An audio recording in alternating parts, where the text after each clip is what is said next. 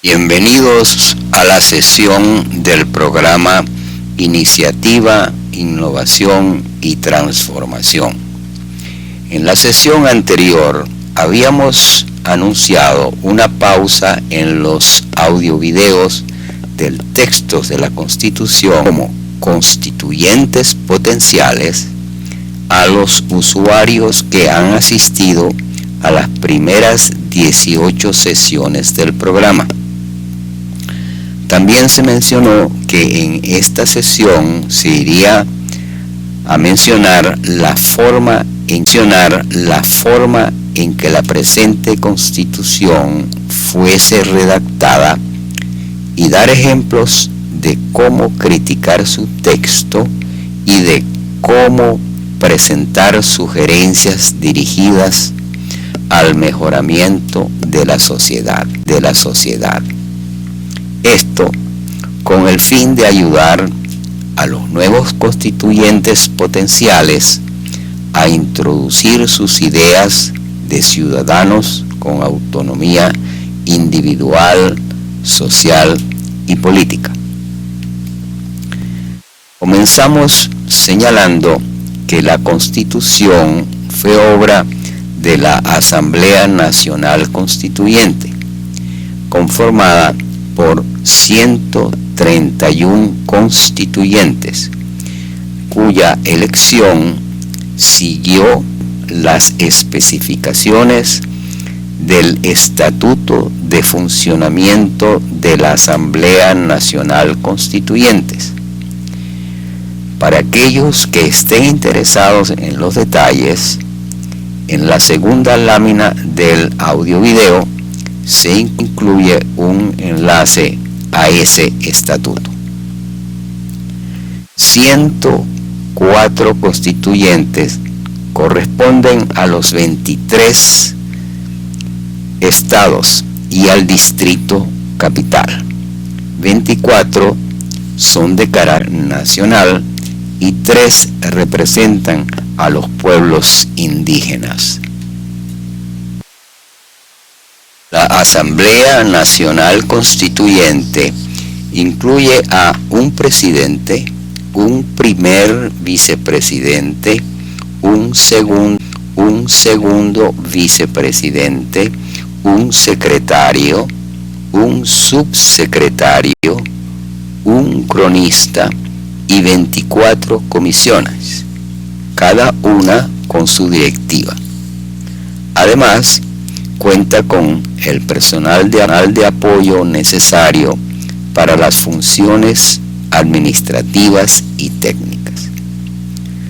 Los constituyentes trabajan a dedicación exclusiva.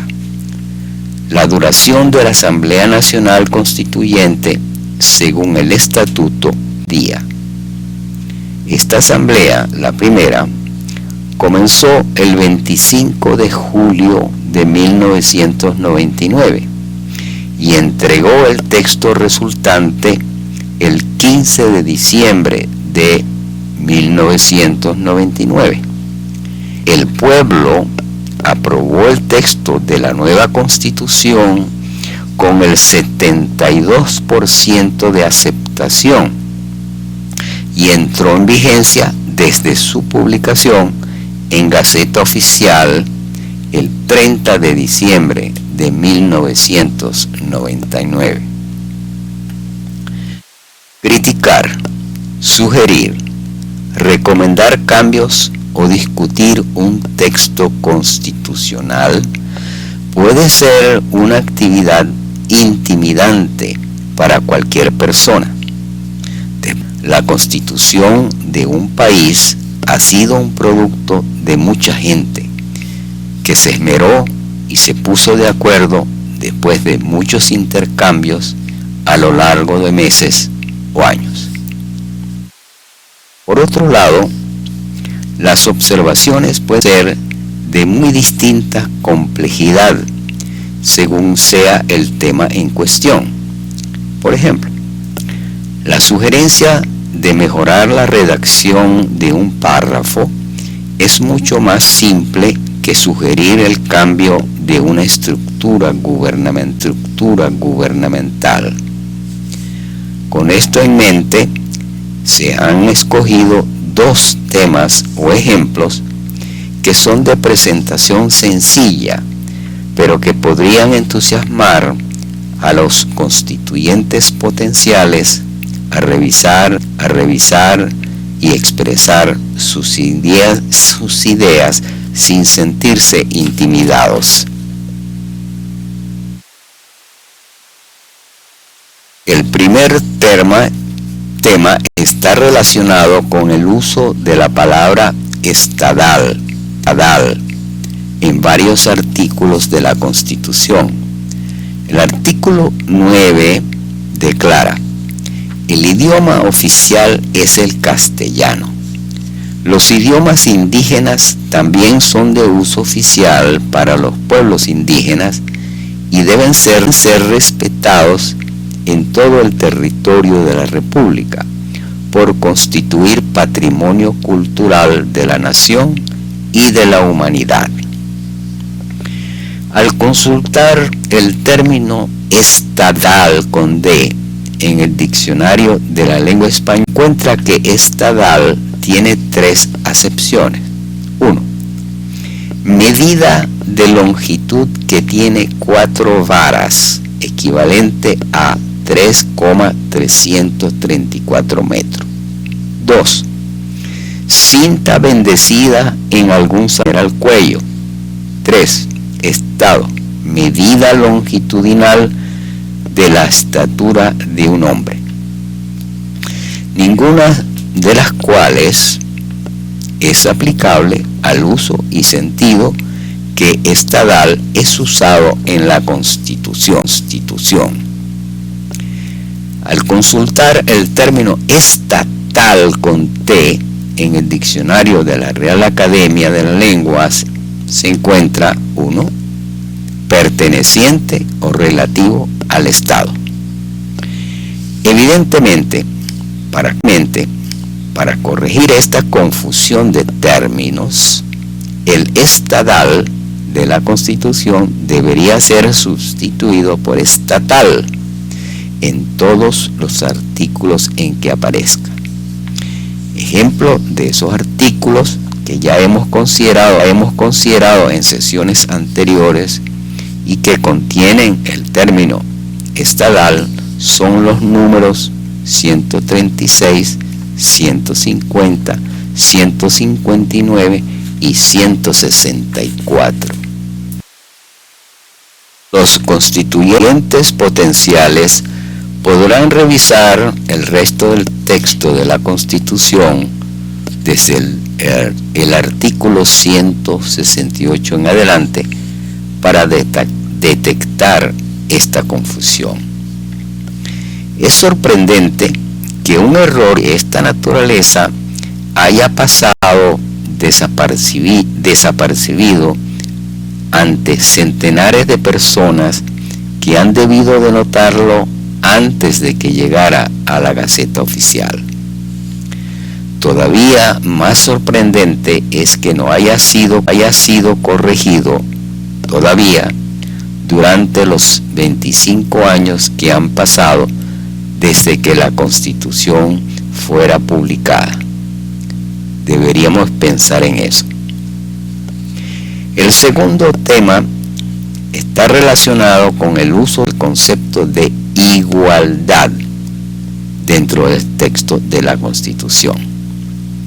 Solamente en el preámbulo de la Constitución, la igualdad se le menciona de dos formas.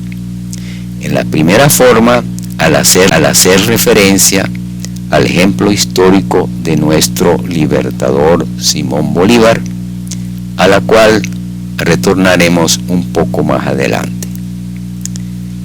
En la segunda forma, el pueblo de Venezuela, en ejercicio de sus creadores, fin supremo de refundar la República para establecer una sociedad democrática, participativa y protagónica que consolide los valores de la paz, la solidaridad, el bien común, la integridad territorial, la convivencia y el imperio de la ley para esta y las futuras generaciones. Asegure el derecho a la vida, al trabajo, a la cultura, a la educación, a la justicia social y a la igualdad sin discriminación ni subordinación alguna. El propio texto de la Constitución, es decir, después del prólogo, la igualdad se menciona en artículo 1. La República Bolivariana de Venezuela es irrevocablemente libre, e independiente y fundamenta su patrimonio moral y sus valores de libertad, igualdad, justicia y paz internacional en la doctrina de Simón Bolívar. 2. Venezuela se constituye en un Estado democrático y social de derecho y de justicia que propugna como valores superiores de su ordenamiento jurídico y de su actuación la vida, la libertad, la justicia, la igualdad, la solidaridad, la democracia, la responsabilidad social y en general la preeminencia de los derechos humanos, la ética. Artículo 21. Todas las personas son iguales ante la ley. En consecuencia, número 1. No se permitirán discriminaciones fundadas en la raza, sexo, el credo, la condición social o aquellas que, en general, tengan por objeto o por resultado anular o menoscabar los derechos y libertades de toda persona. Número 2. La ley garantizará las condiciones jurídicas y administrativas para que la igualdad ante la ley sea real y efectiva. Adoptará medidas positivas a favor de las personas o grupos que puedan ser discriminados, marginados o vulnerables. Protegerá especialmente a aquellas personas que, por alguna de las condiciones antes especificadas, se encuentren en circunstancia de debilidad manifiesta y sancionará los abusos o maltratos que contra ellas se cometan.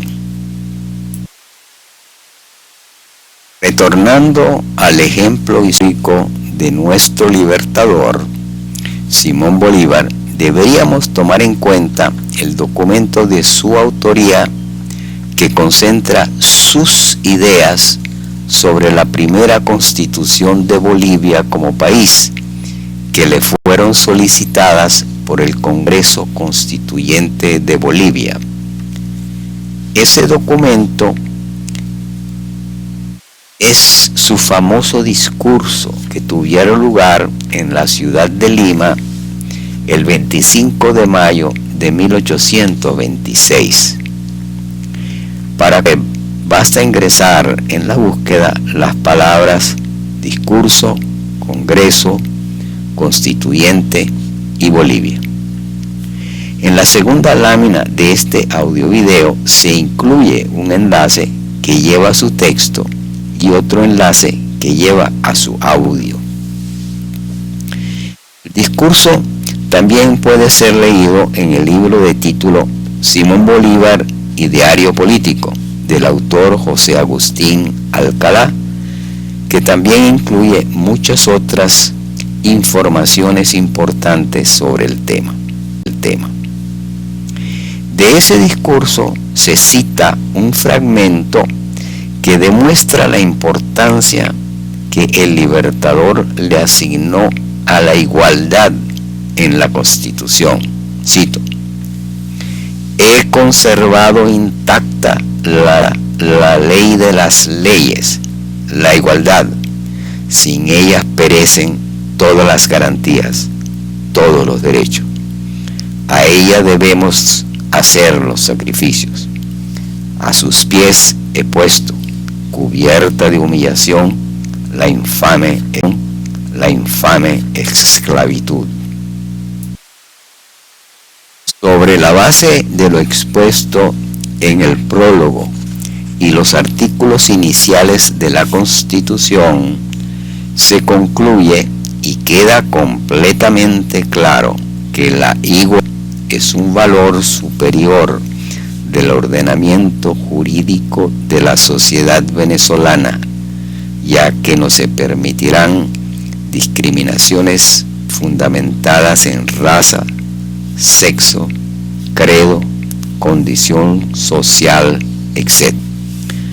A sabiendas de esto, no queda bien repetir a través de todo el texto que el género de las personas que ostentan los cargos o las funciones como de gobernador y o de gobernadora influye en el tratamiento legal de su elección o de sus deberes. El lector ya sabe que debe ser así. No es necesario ni constructivo repetirlo. Para ilustrar, se presenta la primera parte del artículo 62 de la Constitución, añadiéndole la igualdad en relación a la condición social, además de la condición de género masculino-femenino. Todos los ciudadanos y ciudadanas, sean estos o estas, ricos o pobres, tienen el derecho de participar libremente en los asuntos públicos, directamente o indirectamente, por medio de sus representantes elegidos o elegidas. Quizás convenga pensar en sugerir una modificación. En la segunda lámina del video se incluyen los enlaces a el Estatuto de Funcionamiento de la Asamblea Nacional Constituyente, el Diccionario de la Lengua por la Real Academia Española, el discurso del Libertador Simón Bolívar del 25 de mayo de 1826 en Lima, y de un excelente audio del mismo discurso. Enlaces a la Constitución vigente han sido presentados en sesiones anteriores. Esperamos que lo presentado en esta sesión les sirva para ver a la Constitución de manera analítica, crítica y constructiva. En especial, esperamos que les ayude a determinar individualmente y a través del tiempo las acciones que los ciudadanos pudiesen tomar para propiciar soluciones a los problemas sociales. Ha terminado la sesión. En la próxima, la IIT 20, se presentará algún tema adicional relacionado con el análisis crítico de la Constitución. Agradeceríamos que, además de analizar la Constitución, criticaran o hicieran sugerencias o solicitudes en cuanto al contenido y forma de este programa.